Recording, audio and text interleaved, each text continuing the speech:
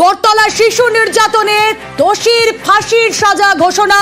এবং আপনাদের জানিয়ে রাখি, ভারতীয় ন্যায় সংহিতার 65(2) এবং শিশু সুরক্ষা আইন মানে পক্সোর 6 নম্বর ধারায় মামলা রুজু করা হয়। 13 পাতার চার্জশিট ইতিমধ্যেই জমা দিয়েছিল পুলিশ।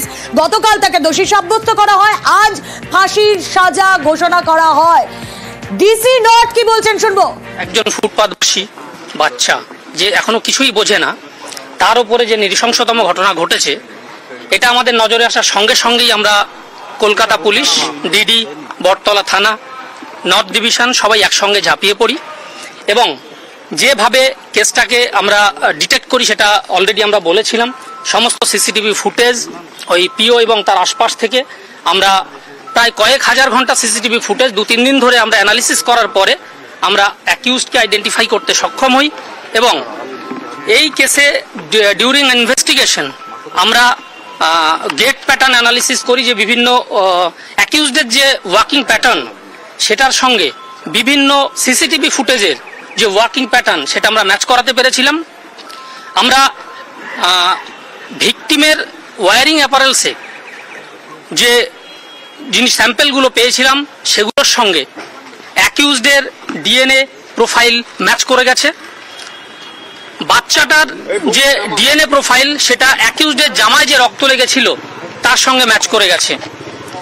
আমরা এখানে গুগল আর্থ ম্যাপিং করেছিলাম, যেটা কোর্টের বুঝতে সুবিধা হয় কিভাবে ক্রাইমটা হয়, সেটা প্রেজেন্টেশনের মাধ্যমে এবং রাইট ব্লকারের মাধ্যমে কোর্টকে দেখানো হয়েছে এবং কোর্ট এটা কনভিন্সড হয়েছেন যে এটা বিরল থেকে বিরলতম ঘটনা।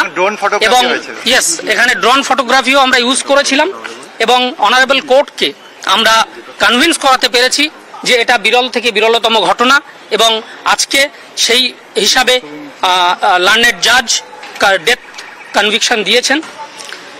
একটা জিনিস শুধু বলার, যে কলকাতা পুলিশের পক্ষ থেকে এই যে আমাদের একটা ফুটপাতবাসী 7 বছরের বাচ্চা, যে এখনো 7 মাসের বাচ্চা, যে এখনো হসপিটালে মৃত্যুর সঙ্গে লড়াই করছে, এই যে নৃশংসতম ঘটনা তার সঙ্গে হয়েছে, সে জানি না সে আর কোনোদিন তার স্বাভাবিক জীবনে ফিরে আসতে পারবে কিনা।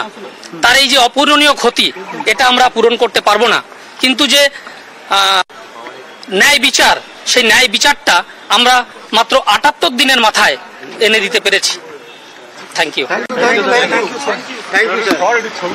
ডিসি নর্থ দীপক সরকারের বক্তব্য আমরা শুনছিলাম এবং কলকাতা পুলিশের বড় সাফল্য তার বলার অপেক্ষা রাখে না। দেখুন, ঘটনাস্থল কলকাতা। আমরা যদি অগস্ট আর নভেম্বর এই দুটো মাসের দিকে নজর রাখি, তাহলে অগস্ট মাস এই কলকাতায় আরজিকর হাসপাতালে এক তরুণী চিকিৎসকের মৃত্যু হয়, ধর্ষণ করা হয়, তারপর খুন করা হয়। নভেম্বর মাস ফুটপাতের এক 7 মাসের বাচ্চা, তাকে তুলে নিয়ে যাওয়া হয়, ধর্ষণ করা হয়।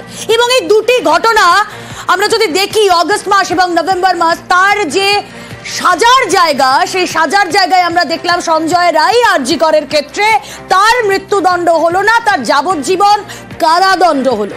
কিন্তু এই শিশু নির্যাতনের ঘটনায় কলকাতা পুলিশের তদন্তে আমরা দেখলাম দোষীর ফাঁসির সাজা হলো।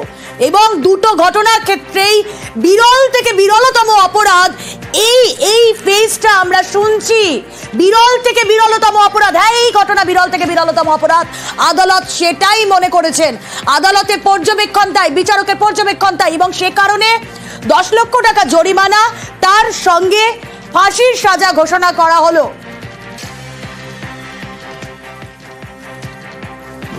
এবং এই দুটো ঘটনার মধ্যে যদি আমরা বলি সিমিলারিটি, তাহলে একটা জায়গায় এই যে সঞ্জয় রায়, সেই সঞ্জয় রায়ও ঘটনার দিন, আরজি করের ঘটনার দিন, অর্থাৎ 9ই আগস্ট যৌনপল্লী থেকে ফিরে এসে এই ধরনের ঘটনা ঘটায়, নৃশংস অত্যাচার, ধর্ষণ, খুনের মতো ঘটনা। দেখুন, এই বটতলার কেসেও তাই। এই যে রাজীব ঘোষ, যাকে দোষী সাব্যস্ত গতকাল করা হয়েছিল, আজ যার ফাঁসির সাজা হলো, এই রাজীব ঘোষ সেও কিন্তু ওই যৌনপল্লী থেকে ফেরার পরই এই ধরনের নৃশংস একটি ঘটনা ঘটায়। বটতলায় শিশু নির্যাতনে দোষীর ফাঁসি অত্যন্ত গুরুত্বপূর্ণ যে খবর এই মুহূর্তে আপনাদেরকে দিচ্ছি আমরা। বটতলায় শিশু নির্যাতনে দোষীর ফাঁসি।